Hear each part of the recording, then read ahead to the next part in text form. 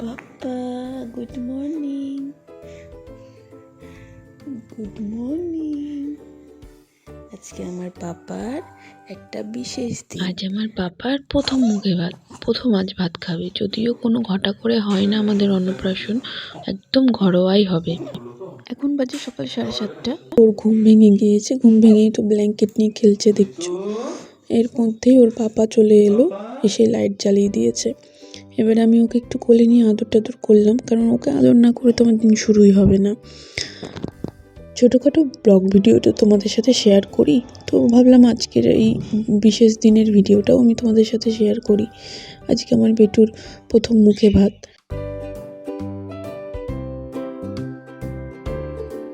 তো সকাল থেকে সারাটা দিন কি করছি না করছি তোমাদের সাথে সবটাই শেয়ার করব। তোমরা শেষ অবধি ভিডিওটি অবশ্যই দেখো, ভালো লাগলে অবশ্যই লাইক কমেন্ট করো আর সাবস্ক্রাইব করো আমার চ্যানেলটাকে। এরপর আমি একটু উষ্ণ গরম জল নিয়ে ওর হাত পায়ের তলে আর একটু মুখটা মুছিয়ে দিই। এটা রোজকার রুটিন সকালবেলাতে। এতে করে ওর একটু ফ্রেশ লাগবে। যদিও ছোট, বোঝে না, যার জন্য দেখো খুব বিরক্তও হচ্ছে, কিন্তু এই জিনিসটা করে দিলে সকালে ও একটু ফ্রেশ থাকবে, আর আমি ওকে একটু ফ্রেশ রাখার চেষ্টা করি আর কি। ইতিমধ্যেই ওর পিমনি চলে এলো, আর দেখো পিমনির কোলে গিয়ে উঠে পড়েছে। এই যে দেখো, এখন ওর ঠাম্মি চলে এলো। এবার দেখো ওরা, তোমরা দেখতে থাকো কি করে। ঠাম্মিকে দেখেই দেখো ঝাঁপিয়ে পড়বে ঠাম্মির কোলে। মানে ঠাম্মির ভক্ত, খুব ভক্ত ঠাম্মির।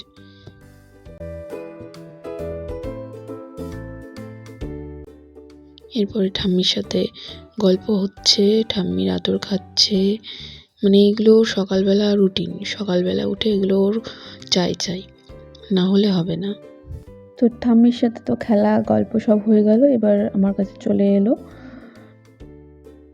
এবারে আমি ওর রাতের ড্রেসটা চেঞ্জ করে ড্রেস পরিয়ে দেব। ড্রেস, সোয়েটার সবই পরিয়ে দেবো, কারণ বেশ ঠান্ডাটাও আছে, সোয়েটার পরাতেই হবে, আর ঠান্ডা লেগে গেলেই তো মুশকিল। দেখতেই পাচ্ছ কত ছটপটে।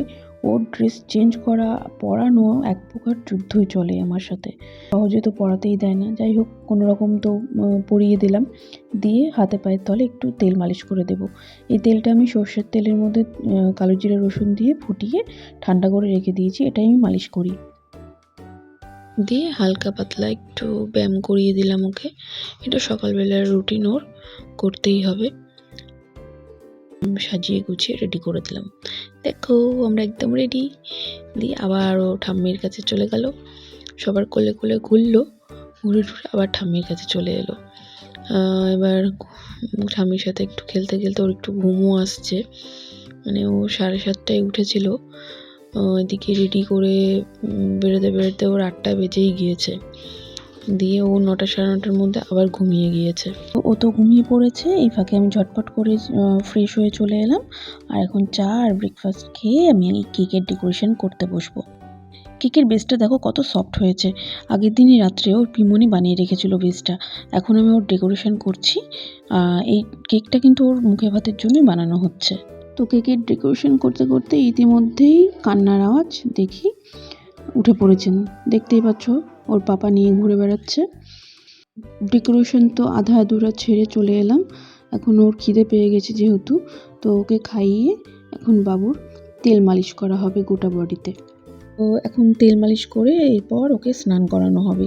যেহেতু ও উঠেই পড়েছে, তাই আমি ওকে তেল মালিশ করব, কারণ এখন 11টা বাজে, আর ওকে 12টার মধ্যে আমি স্নান করাই।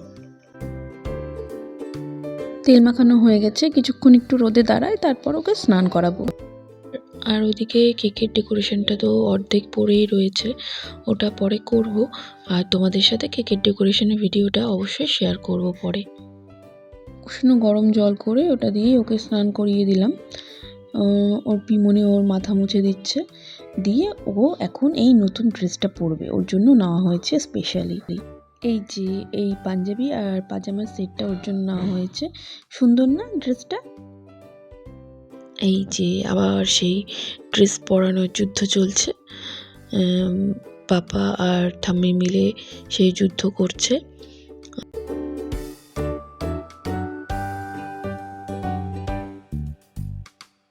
তো তো এবারে বিটু আমার রেডি হয়ে গেছে, পাঞ্জাবি আর পাজামা পরে। আমি চুলটা আঁচড়ে দিচ্ছি, দিয়ে এবারে ওকে মন্দিরে, বাড়ির কালী মন্দিরে নিয়ে যাওয়া হবে।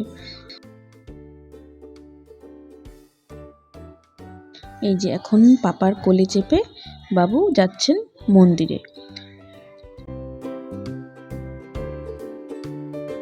বাড়ির কালী মন্দিরে এসে প্রথমেই মায়ের আশীর্বাদী ফুল ঠেকিয়ে দিল শাশুড়ি মা, তারপরে ওকে মায়ের আশীর্বাদী প্রসাদ ওকে খাইয়ে দিল।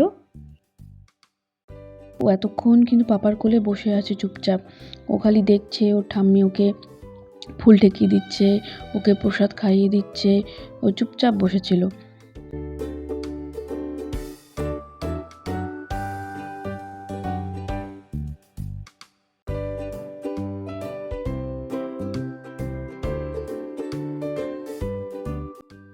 এবারে ওকে দেখো প্রসাদ খাওয়ানো হয়ে গেল। এবারে আমরা সবাই প্রণাম করে ঘরে যাব। ঘরে জগন্নাথ মন্দিরের প্রসাদ আনা হয়েছে, সেই প্রসাদও ওকে খাওয়ানো হবে।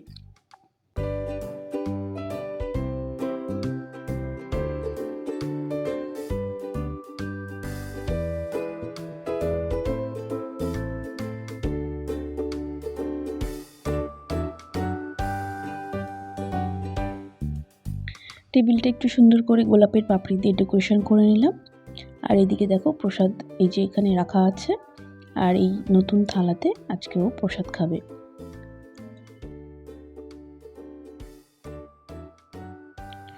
মা এখন এই থালাতে সবকিছু দিয়ে সুন্দর করে সাজিয়ে দেবে প্রসাদটা।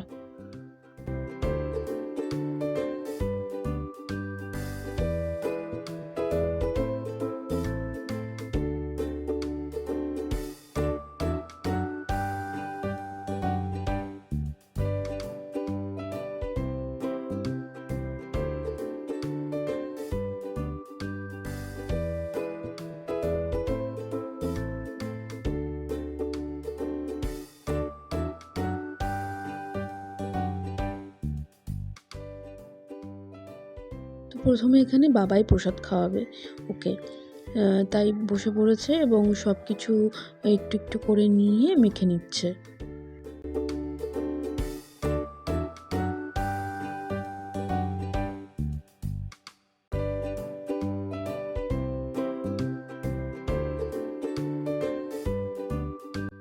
এবার দেখার পালা ও কতটা খেতে ইন্টারেস্ট দেখাচ্ছে, ওর কতটা ভালো লাগছে। দেখো ফার্স্টেই কিন্তু বাবা ওর মুখে যখন দিল প্রসাদটা, ও কিন্তু একটুকু ফেলে দেয়নি, ও কিন্তু খেয়েছে।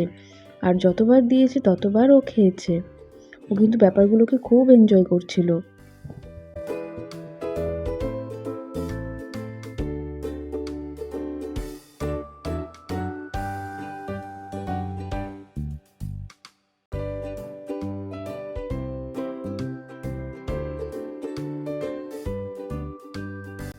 প্রথমেই তো বাবা মানে ওর দাদু ওকে প্রসাদ খাইয়ে জল খাইয়ে দিচ্ছে, এরপর ওর বাবা ওকে প্রসাদ খাওয়াচ্ছে, এরপর আমরা একে একে সবাই একটু একটু করে ওকে প্রসাদ খাইয়ে দিচ্ছি। সবার প্রসাদ কিন্তু ও খেয়েছে, কিন্তু বাচ্চা মানুষ তো শেষের দিকে কিন্তু একটু বিরক্ত হয়ে গিয়েছিল।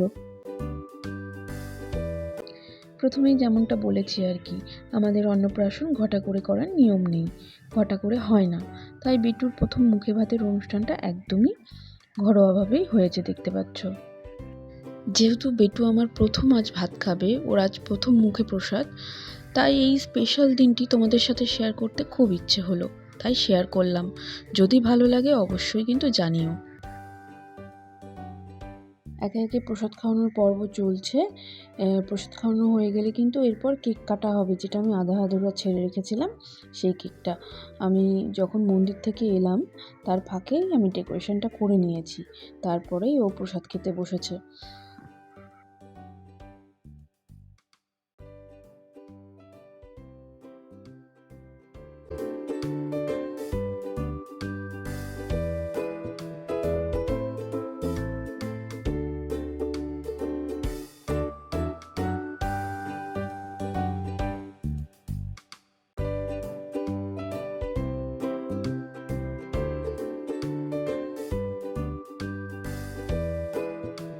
এই যে সেই কেকটার ডেকোরেশন কমপ্লিট হয়ে গেছে, এবার কাটা হবে।